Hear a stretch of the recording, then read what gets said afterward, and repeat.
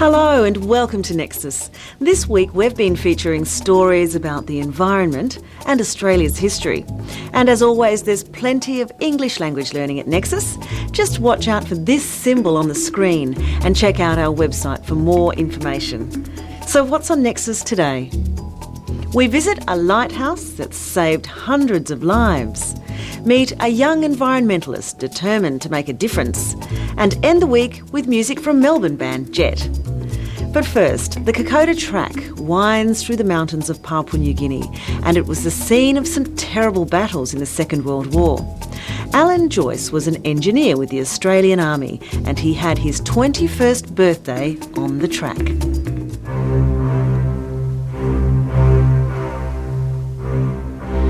They told us, don't take much, because you'll never carry it.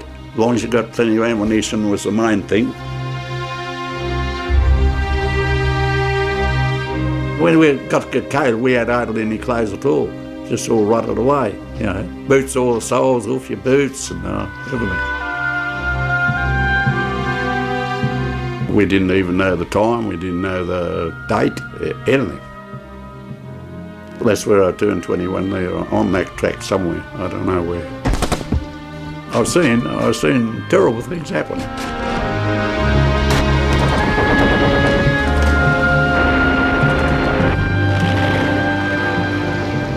Our job as glorified engineers, I was in charge of the demolitions to blow the top off this mountain. And all the stuff went way down the Goldie River. It's about 2,000 feet down. And then they found out that they was having a hell of a trouble getting their engine up this steep incline. So they decided to build this flying fox. We had to cut all the timber out and cut all the poles to make this damn thing, and they went and got a big winch from the wharf off of Moresby and all the gear and everything and put it up, and that's how we made that flying fox. How I got injured there, they had their artillery and they was firing over our head then, and they got out of range. Anyway, they cut the barrel in half to make it sort of, which they reckon if they got it down to the Goldie River, they'll get into range again. And the only way to get it down was through blocks and tackles and hundreds of damn men and the natives and to get it down there. And that's where it got away, and I smashed into a stump and injured my knee, and they wanted me to go back to Moresby, and I wouldn't go back to Moresby. So got that all fixed up, and away we went then into Iboa Ridge. That was the first time we got in front of the infantry. We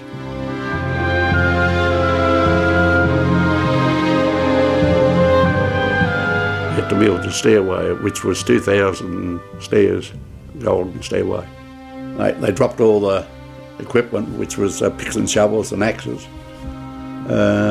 from the air by parachute, and we had to cut all the timber to make all the stairway.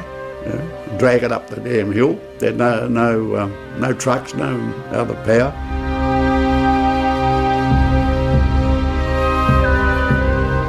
Our next job was to bridge all these rivers. We made a swinging bridge, and to get it there, we had to swim this river to take the ropes across to get it started, and I reckon it was full of crocodiles. There was a bit of a toss-up. Who was going to take this rope across? No one was going. And the natives wouldn't go in because they reckon, no, mister, we're not going to go get bitten by crocodiles.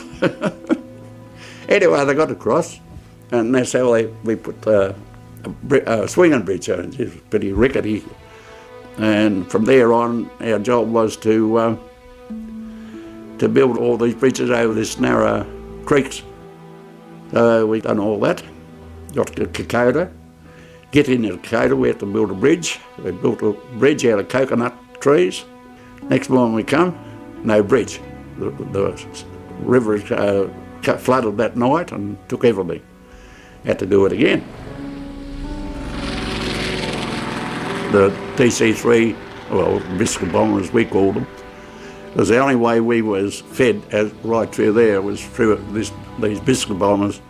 They used to have no doors in them, and they used to push the stuff out in the swamps, and they used to retrieve it from there. Because just everything was cold, and the damn dog biscuits, as we called them, you had to soak them in water to eat them. They're that damn hard.